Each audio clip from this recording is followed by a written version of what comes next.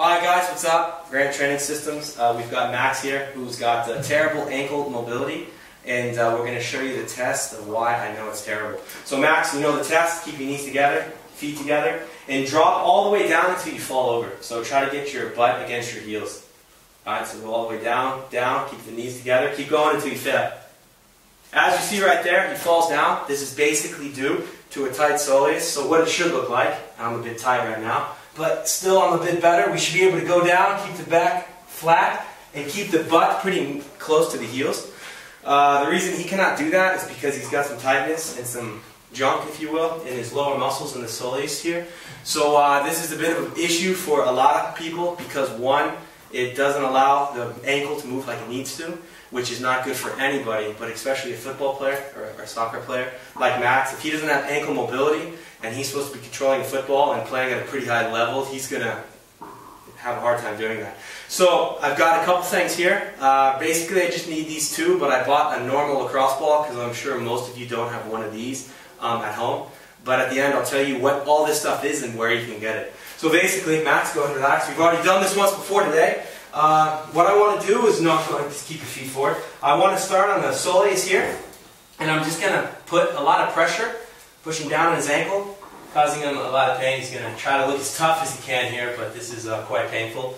And while you're pushing down on this, we want to make sure that we rotate in all the directions here to make sure that we also get the peroneals, which is the muscles that cross the lateral portion of the leg. And then also turn it on the inside to make sure we get that posterior tib and the flexor hallucis longus, some other muscles that are in the posterior compartment, which are also important, that are going to cause some tightness too. So just kind of working on here, and then I do the very nice roll and grind here, which always feels great for everybody. As you can see, I'm pushing pretty hard. There's no need to be friendly on this. And then I'm going to move down to the bottom of his ankle right here. Start with the roll and glide here, and then also get small movements in here, just trying to basically tear up the tissue here.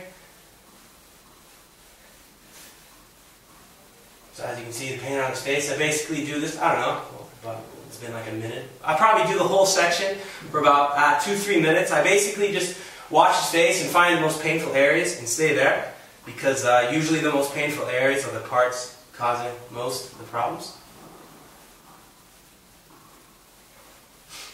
Alright, so if you don't have a rubber roller, I could suggest buying one. You can get them on Amazon.de, Pulse.net, RogueFitness.eu, and basically anywhere online. I think those are the 3 major places. But if you don't, you can get a normal lacrosse ball. And the lacrosse balls you can also get at all those same places, or also CaptainLax.de. That's actually a lacrosse store company.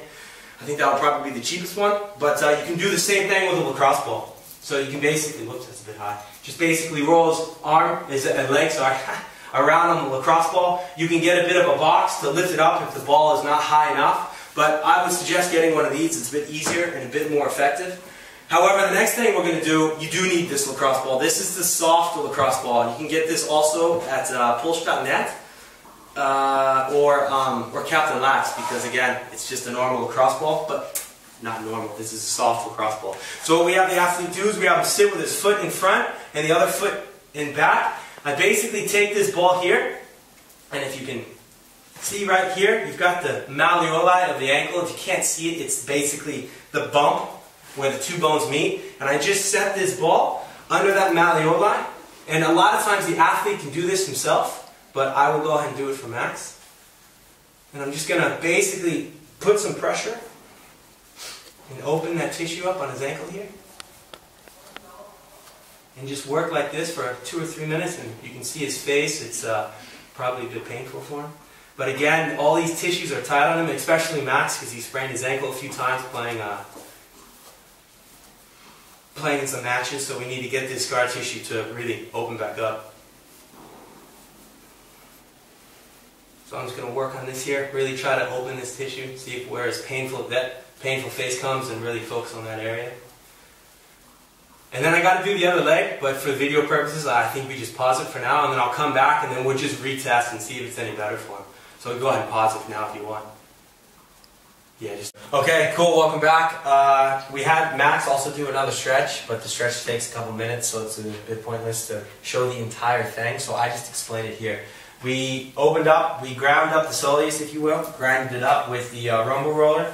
We did the fibia, anterior ankle, front of the ankle, mobilization and stretch with the soft lacrosse ball, and then we did a stretch on the soleus. So basically the soleus stretch we did was we have the athlete put his foot up, we focus on bending the knee, I pull my pants up here, bending the knee so we feel it down in here, and the most important thing I do, which all the athletes forget, is if you see my foot, it's not in alignment with my body right now, so what I always have the athlete do is square his hips, meaning my foot and both my feet are facing the same direction, yeah? I'm facing forward. You're taking away a bit from the stretch if you're trying to stretch this way, but the other half of your body is going another direction. So really just line yourself up, get the athlete to where he feels stable against the stair, and have him lean forward. Sometimes I allow them to break their knee a bit just so they can bend even more forward, because we want to make sure the knee is not straight, or you really focus on that gastrocnemius, which is the muscle up here, the calf. So again, he bends his knee, really feels the pull here, and we held him for about, probably 45 seconds to a minute on each one. And then obviously he switches, again focusing on keeping that other leg now straight so his hips are in alignment. We did this yesterday with a girl that was about as bad as Max when she began, and then we did this for like 2 or 3 minutes, and then at the end she dropped all the way down, butt to her heels, within, like the 3 minutes of the exercise, which was pretty cool. Sometimes that happens, and other times they're still a disaster, like Max. So as you will see here, he didn't really make much of an improvement, but unfortunately I think that deals with more of his injuries in his ankles and just being tight for too long. However, don't be surprised if you have someone that starts like Max, and then 3 minutes later when you're done, he completely does it perfect, because that is also very possible and quite common actually too. So Max, try to do the best you can on this test. So here he comes with the butt down. Get that butt down, man. Now as you can see, he still breaks back. I don't know, I'll have to look at the beginning of the video, but I think his balance was a bit better on that one.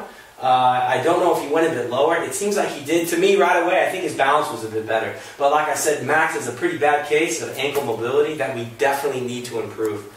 So hopefully maybe we just, for the fun of it, do this in a couple months to show everybody how cool his ankle mobility got, because right now it's pretty bad. Alright man, good job Max. And cool, peace.